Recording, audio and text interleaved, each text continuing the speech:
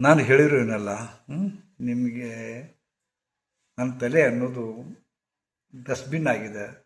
ನೀವೆಲ್ಲರೂ ತಂದು ನಿಮ್ಮ ತುಮುಲವನ್ನು, ಸಮಸ್ಯೆಗಳನ್ನು, ನಿಮ್ಮೊಳಗಿನ ನೆಗೆಟಿವಿಟಿಯನ್ನು, ನಿಮ್ಮೊಳಗಿನ ಮನಸ್ಸಿನ ಫಲಸನ್ನು, ಕ್ಲೇಶವನ್ನು ನನ್ನ ಮೆದುಳಿಗೆ ತೋಡಿಕೊಂಡು ನನ್ನ ಪುಟ್ಟ್ಯಾಗ ಹಾಕಿ ನೀವು ನಿರಂಬಳ ಆಗಿಬಿಡ್ತೀರಿ. ಡಸ್ಟ್ಬಿನ್ನೊಳಗೆ ಹಾಕಿ ನಾನು ಅದನ್ನು ಹೊತ್ಕೊಂಡು ಕಾಯಬೇಕು. ನೀವು ಹೇಳ್ತೀರಿ, ಇದು ಯಾರ ಮುಂದೆ ಹೇಳಬೇಡ, ಇದು ಮತ್ತಷ್ಟು ನನಗೆ ವಜ್ಜೆ ಆಗ್ಬಿಡ್ತದೆ. ಸೊ ಇಂಥ ಸಾವಿರಲ್ಲ ಲಕ್ಷಗಟ್ಟಲೆ ಘಟನೆಗಳು, ಸನ್ನಿವೇಶಗಳು, ಪ್ರಸಂಗಗಳು ನೀವು ತೋಳಿಕೊಂಡ ತುಮುಲಗಳು ಈ ಪುಟ್ಟ ತೆರೆಯೊಳಗೆ ಅದಾವ. ಹೀಗಾಗಿ ಅದನ್ನು ಅವಾಗವಾಗ ಆ ಒತ್ತಡ ಹೊರಗೆ ಬರದಂತೆ ಇವತ್ತಿನ ಪ್ರೆಸೆಂಟ್ ಕಾಲದ ಒತ್ತಡ ಅದನ್ನು ತಡೆದಿರ್ತದೆ. ಯಾವಾಗ ಸ್ವಲ್ಪ ನಾನು ನಿರಂಬಳ ಆಗ್ತೇನೆ, ಯಾವಾಗ ಸ್ವಲ್ಪ ಅನುಕೂಲ ಆಗ್ತದೆ, ಒಳಗಿನ ಒತ್ತಡ ಹೊರಗೆ ಬರಲಿಕ್ಕೆ ಶುರು ಆಗುತ್ತೆ. ಅವಾಗ ಅದನ್ನು ಯಾರು ಮುಂದಾರು ಹೇಳ್ಕೋಬೇಕನ್ಸುತ್ತೆ. ಈ ತುಮುಲದೊಳಗೆ ಮತ್ತೊಂದು ಪ್ರಸಂಗವನ್ನು ನಿಮ್ಮ ಮುಂದೆ ಇಡ್ತಾ ಇದ್ದೀನಿ. ಇಡಬೇಕು ಅಂತ ಮನಸ್ಸು, ಆದರೆ ಅತ್ಯಂತ ಮುಜುಗರ. ಇದನ್ನು ಹೇಳಿಕೊಂಡ್ರೆ ಏನು ಆಗೋದೈತಿ ಅಂತಿಕೊಂಡು, ಆದರೆ ನೀವೇನೇ ತಿಳ್ಕೊಳ್ಳಿ, ನನಗಂತೂ ನೀವು ಹೆಂಗೆ ಬಂದು ನಾನು ಕೂಡ ತೊಳ್ಕೊಂಡು ನನ್ನೊಳಗೆ ಹಾಕಿ ಹೋಗಿರಿ. ಈಗ ನಾನು ಅದನ್ನು ಹೊರಗೆ ಹಾಕಿ ನಾನು ನಿರಂಬಳ ಆಗಬೇಕಾಗಿದೆ. ಹೀಗೊಂದು ಪ್ರಸಂಗ. ಬೆಂಗಳೂರಿನವರು, ಒಬ್ಬ ಹೆಣ್ಮಗಳು ಒಬ್ಬಳೇ ಬಂದು ಗುರುಜಿ ನಿಮ್ಗೆ ಭೇಟಿ ಆಗಬೇಕಾಗಿತ್ತು. ಬಂದು ಕುಂತಲು. ಮೊದಲೇ ಅವಳು ಕರಾರು ಹಾಕಿದ್ಲು, ನನಗೆ ಸ್ವಲ್ಪ ಹೆಚ್ಚಿನ ಟೈಮ್ ಬೇಕಂತ ಹೇಳ್ಕೊಂಡು. ಎಷ್ಟು ಅಂತ ಕೇಳಿದ್ದೆ. 1 ತಾಸು ಬೇಕಂತ ಹೇಳಿದ್ಲು. ನೋಡಮ್ಮ, ಅರ್ಧ ತಾಸು ಕೊಡ್ತೀನಿ ಅಂತ ಹೇಳಿದ್ದೆ. ಆಯಿತು, ಬಂದು ಮತ್ತು ಅದೇ ಮಾಮೂಲಿ ಹೇಗೆ ಅವ್ರನ್ನ ತಮ್ಮ ಒಳಗಿನ ತುಮುಲವನ್ನು, ಒಳಗಿರೋ ಒತ್ತಡವನ್ನು ನನ್ನ ಮುಂದೆ ಹೆಂಗೆ ಇಡಬೇಕು ಅಂತಿಕೊಂಡು ಅವ್ರ ತಾಕರಾಡ್ ಸುಡೋದು ಕೊಂದ್ಕೊಡಿ ಹೆಂಗೆ ಶುರು ಮಾಡಬೇಕಂತ ತಿಳ್ಕೊಂಡು. ಮೊದಲು ಪ್ರಾರಂಭದಲ್ಲಿ ಅಳು ಶುರುವಾಯಿತು. ಗುರುಜಿ, ನಾನು ಸರ್ಕಾರಿ ಅಧಿಕಾರಿ, ನಾನು ಆ ಹೆಣ್ಮಗಳು ಹೇಳ್ತಾಳೆ, ಸರ್ಕಾರಿ ಅಧಿಕಾರಿ ಇದ್ದೀನಿ ನಾನು. ಈಗ ನಾನು ಒಬ್ಬರು ಕೂಡ ಲವ್ನ ಬಿದ್ದೀನಿ ನಾನು. ಆದ್ರೆ ಇದುವರೆಗೆ ಆತ ನಾನು ಕೂಡ ಸರಸ ಸಲ್ಲಾಪ ಆಡಿ ಈಗ ಹೋಗಿಬಿಟ್ಟಾನ. ಅದಕ್ಕೆ ನನಗೆ ಭಾಳ ಶಾಕ್ ಆಗೈತೆ. ಅವ ಮರಳಿ ಬರಬೇಕು, ಹೆಂಗಾರ ಮಾಡಲಿ. ಆಯಿತು, ನಾನು ಏನು ತಿಳ್ಕೊಂಡೆ, ಹಾಗಾದರೆ ಇವ್ರದ್ದು ಲೇಟ್ ಮ್ಯಾರೇಜು ಬಹುಶಃ, ಅಥವಾ ಲೇಟ್ ಮ್ಯಾರೇಜ್ ಕ್ಕಿಂತ ಮುಂಚೆ ಅವನು ಕೂಡ ಪ್ರೇಮ ಶುರುವಾಗಿರ್ಬೇಕಂತ ನಾನು ತಿಳ್ಕೊಂಡೆ. ಹಾಗೆ ಮಾತಾಡ್ತಾ ಎಲ್ಲಿ ಕಲಿತು, ಏನು, ಎಲ್ಲಿ ನೌಕರಿ ಮಾಡಿದ್ದೆ ಎಲ್ಲ ಹೇಳ್ತಾ ಹೋದಾಗ ನನಗೆ ಮದುವೆ ಆಗೈತಂತ ಆಕೆ ಹೇಳಿದ್ಲು. ಆಕೆ ಗಂಡ ಏನು ಮಾಡ್ತಾನೆ ಅಂತ ಕೇಳಿದೆ. ಹೀಗೆ ಅದನ್ನು ಹೇಳಿದ್ಲು. ಮತ್ತು ಇವ್ರು ಯಾರು ಅಂತ. ಇಲ್ಲ, ನನ್ನ ಗಂಡನೇ ನನ್ನ ಹಾದಿ ತಪ್ಪಿಸಿದ. ಹೆಂಗೆ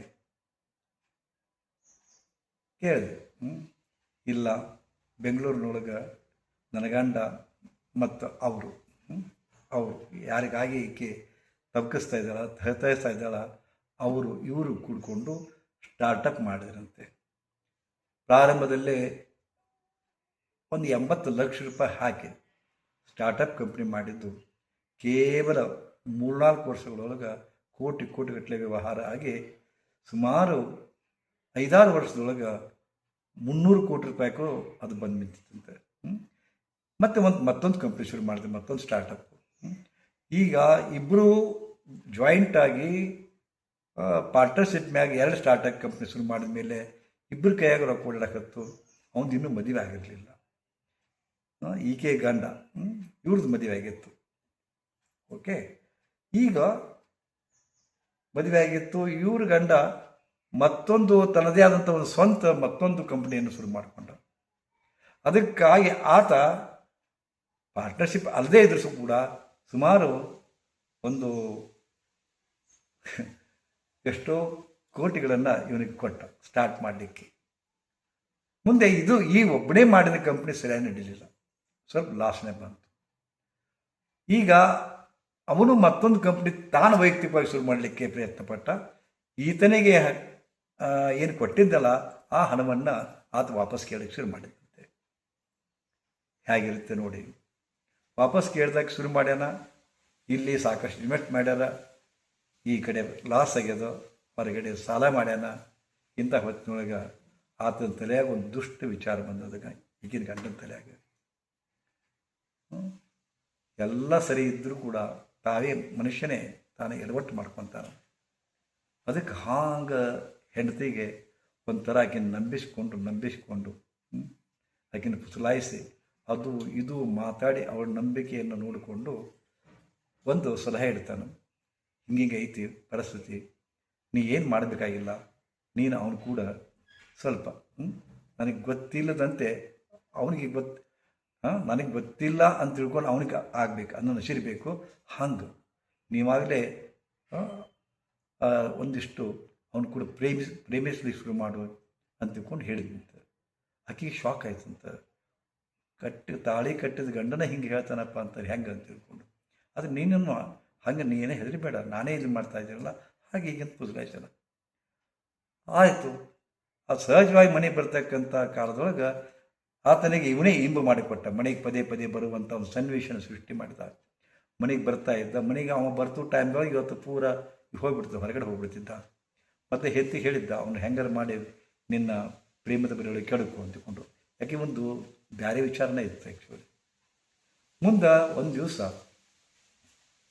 ಆಯಿತು, ಇವ್ರ ಪ್ರೇಮ ಗಾಢವಾಗಿ ಹೋಗ್ತಾ ಇದೆ.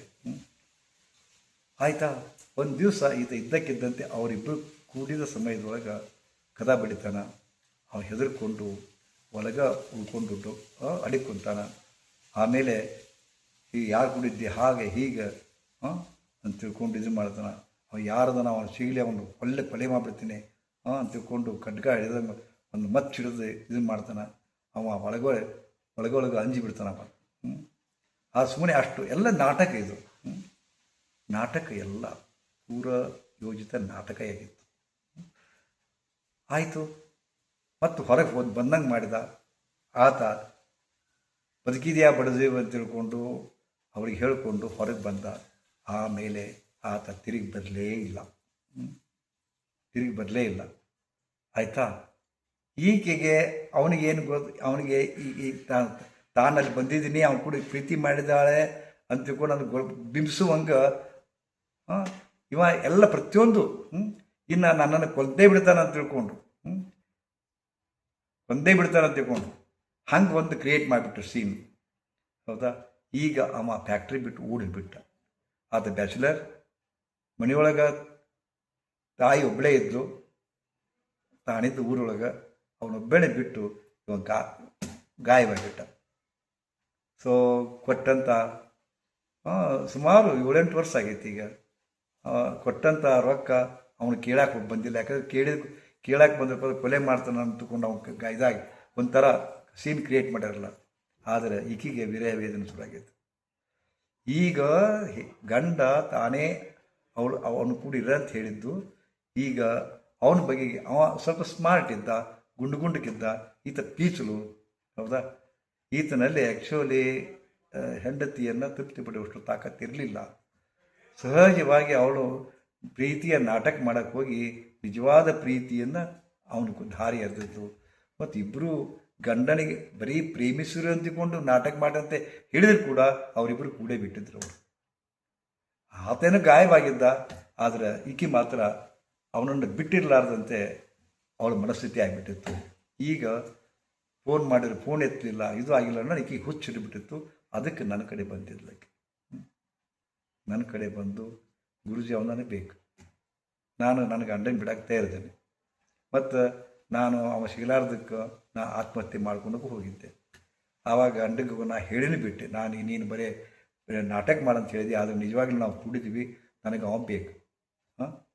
ನೀ ಬೇಕಾದ ತಿಳ್ಕೊಂಡು ನನಗೆ ನಾ ಬೇಕಾದ್ರೆ ನಿನ್ನ ಡೈವರ್ಸ್ ಕೊಡ್ತೀನಿ ಹಾಗೆಲ್ಲ ಹೇಳಿದಾಗ ಇವ ಪುಣ್ಯಾತ್ಮ ಅವ ಎಲ್ಲರದ ಪತ್ತ ಹಚ್ಚನು. ಅವ ಬಂದ್ರಪ್ಪ ಅಂತಂದ್ರೆ ಅವ್ನು ಕೂಡ ನೀವು ಹೋಗು, ಬೇಕಾದ್ರೆ ಡೈವರ್ಸ್ ಕೊಡೋಕ್ಕಂತ, ಅಲ್ಲಿ ಮಟ್ಟ ನಾವು ಕುಡಿರು, ಹೀಗೆಲ್ಲ ಮಾತುಕತೆ ಆಗಿತ್ತು ಅಂತ. ಸೊ ಈಕೆ ಬಂದು ಅವ ಬರುವಂಗೆ ಮಾಡಿರಿ. ಹಿಂಗೆ ಕಳೆದು ಹೋದ ವ್ಯಕ್ತಿ ಹೆಂಗೆ ವಾಪಸ್ ಬರುವಂತೆ ಮಾಡಬೇಕು ಅಂತ ಕೊಂಡು ನೀವು ಪಟ್ಟಿದ್ರಲ್ಲ, ಅದಕ್ಕೆ ಅವ ಬರಬೇಕು. ಅವ ಹೆಂಗಾರು ಮಾಡಿ ಬರಬೇಕು, ಅವನು ನನಗೆ ಬೇಕು. ಅವ ಇಲ್ಲದೆ ನಾನು ಜೀವಿಸ್ಲಿಕ್ಕೆ ಆಗೋದಿಲ್ಲ ಅಂತ ತಿಳ್ಕೊಂಡು ಅವಲತ್ಕೊಂಡು ಬಂದು ನಾ ಹೇಳಿದೆ. ಏನು ಹೇಳಿದ್ದೆವು, ಏನು ಮಾಡಿದ್ನೋ ನನಗೆ ಗೊತ್ತಿಲ್ಲ. ಆದ್ರೆ ನನ್ನ ತಲೆಯಾಗಿ ಇನ್ನೂ ಅದು ಎತ್ತ ಹೊಂಟೈತೆ ನಮ್ಮ ಸಮಾಜ ಅಂತ ತಿಳ್ಕೊಂಡು. ಏನು ಮಾಡೋಕ್ಕೆ ಹೋಗಿ ಏನಾಗ್ತದಲ್ಲ. ಅವನದೇ ವಿಚಾರ ಬೇರೆ ಇತ್ತು, ಈಕೆ ಒಲ್ಲೆ ಅಂತ ಆ ವಿಚಾರಕ್ಕೆ ಈಕೆ ಬೆಲೆ ಕೊಟ್ಟರು. ಆದರೆ ಆಗಿದ್ದೇ ಬೇರೆ. ಈಗ ಇದಕ್ಕೆ ಯಾರಿಗೆ ಬೇಯಬೇಕು, ಯಾರನ್ನು ಪುರಸ್ಕರಿಸಬೇಕು, ಯಾರು ಶಬಾಸ್ಗಿರಿ ಕೊಡಬೇಕು, ಯಾವುದು ತಪ್ಪು ಅನ್ಬೇಕು, ಯಾವುದು ಸರಿ ಅನ್ಬೇಕು. ಮನುಷ್ಯ ಏನೆಲ್ಲ ಮಾಡ್ಕೊತಾನ.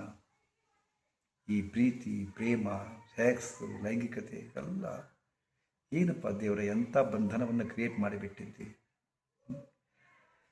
ನಮಗೆ ನಾವೇ ಸುತ್ತಿಕೊಳ್ಳುವ ಮಾಯಾ ಇದು ಆ್ಯಕ್ಚುಲಿ. ನಾವೇ ಅದರ ಹೋಗಿ ಸಿಕ್ಕೊಂತೀವಿ. ಮೊದಲು ಮನಸ್ಸಿಲ್ಲದೆ ಸಿಕ್ಕೊಂತೀವಿ, ಆಮೇಲೆ ಮನಸ್ಸುಕೊಂಡು ಸಿಕ್ಕೊಂತೀವಿ, ಆಮೇಲೆ ಸಿಕ್ಕೊಂಡು ಹೊರಗೆ ಬರಲಾರ್ದೆ ಒದ್ದಾಡ್ತೀವಿ. ಹೀಗೆ ಈಗ ಸೆಲ್ಫ್ ಕ್ರಿಯೇಟೆಡ್ ಪ್ರಾಬ್ಲಮ್ಸ್ ಅಂತ ನಾವು. ಸಹಜವಾಗಿ ಬಂದ ಸಮಸ್ಯೆಗಳಿಗೆ ಪರಿಹಾರ ಇರಬಹುದು, ಆದರೆ ಈಗ ಸ್ವಯಂ ಪ್ರೇರಿತ, ಸ್ವಯಂ ನಿರ್ಮಿತ ಸಮಸ್ಯೆಗಳಿಗೆ ಯಾರು ಪರಿಹಾರ ಕೊಡಬೇಕು? ಅವರಿಗೆ ನಾ ಏನು ಹೇಳಿ? ಪದೇ ಪದೇ ಫೋನ್ ಮಾಡ್ತಾರೆ ಅವರು. ಗುರುಜಿ ನೋಡಿದಿರ, ಅವ್ರು ಬರುವಂತೆ ನನಗೆ ಮಂತ್ರ ಸಿಗ್ತಾ, ಅದನ್ನು ಮಾಡಿ ನಾ ಬೇಕಾದಷ್ಟು ಅದನ್ನು ನಾ ಮಾಡ್ತೀನಿ, ಬೇಕಾದಷ್ಟು ಸಾವಿರ ಅದನ್ನು ಮಾಡ್ತೀನಿ, ನನಗೆ ಅವ್ರು ಬರಬೇಕು, ನಾನು ಕೂಡ ಮಾತಾಡಬೇಕು. ಹಿಂಗೆ ಒಂದು ಹರೇದು ಹುಡುಗಿ ಟೈಪು. ಆಕೆ ಕೇಳ್ತಾ ಇರಬೇಕಾದ್ರೆ ದೇವರೇ ಅನಿಸುತ್ತೆ ನನಗೆ. ಬಹುಶಃ ನೀವೆಲ್ಲಾದರೂ ಕೇಳಿದ್ದೀರಾ ಇಂಥ ಘಟನೆಯನ್ನು, ಸನ್ನಿವೇಶವನ್ನು, ಪ್ರಸಂಗವನ್ನು. ಸೊ ಇಂಥ ಅನೇಕ ಪ್ರಸಂಗಗಳು ಈ ತಲೆಯಾಗ ಹೋಗಿಬಿಟ್ಟಾವ.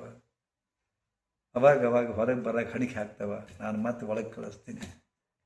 ಹೆಂಗೆ ಹೊರಗೆ ಹಾಕ್ಬೇಕು ಇದನ್ನು? ಯಾಕಂದ್ರೆ ಅವ್ರ ಹೆಸರು ಹೇಳೋವಂಗಿಲ್ಲ, ಊರು ಹೇಳೋವಂಗಿಲ್ಲ, ಯಾರು ಅಂತ ಹೇಳೋವಂಗಿಲ್ಲ. ಸುಮ್ಮನೆ ನಿಮಗೆ ಕಪೋಲ ಕಲ್ಪಿತ ಅನ್ಬೋದು, ನೀವು ಸೃಷ್ಟಿ ಮಾಡ್ಕೊಂಡು ಹೇಳ್ತಾರಂತ ಅನಿಸ್ಬೋದು. ಬಟ್ ಇದು ಸತ್ಯದ, ಸತ್ಯದ. ನನಗೆ ಹುಟ್ಟಿಸ್ಕೊಂಡು ಹೇಳಕ್ಕೆ ನನಗೇನಾಗಬೇಕಾಗಿದ್ದು? ಆದರೆ ಇನ್ನೂ ಭಾಳ ಅದ ಕರೆ. ಬಟ್ ನಾನೇ ಇದನ್ನು ಅತ್ಯಂತ ಸೂಕ್ಷ್ಮವಾಗಿ ಮತ್ತು ಅತ್ಯಂತ ಸ್ವಲ್ಪದೊಳಗೆ ನಾ ಹೇಳ್ತಾ ಇದ್ದೀನಿ. ನಾನು ಅವಳ ತುಡಿತ, ಅವಳ ಮಾನಸಿಕ ವೇದನೆ ಎಷ್ಟಿತ್ತಪ್ಪ ಅಂತಂದ್ರೆ ನಗೆ ಬರ್ತದೆ. ನಗೆಯು ಬರುತ್ತಿದೆ, ನನಗೆ ನಗೆಯು ಬರುತ್ತಿದೆ. ಜಗದಲ್ಲಿರುವ ಮನುಜರೆಲ್ಲ ಹಗರಣ ಮಾಡುವುದ ಕಂಡು ನಗೆಯು ಬರುತ್ತದೆ. ದಾಸರು ಬರೆದಂಥ ಈ ಕವನ ಇಂಥವ್ರು ನೋಡೇ ಬರೆದಿದ್ದಾರ ಅನ್ಸುತ್ತೆ ಆ್ಯಕ್ಚುಲಿ. ಏನು ಅನ್ಬೇಕು ಇದಕ್ಕೆ? ಶ್ರೀ ಗುರುದೇವ್.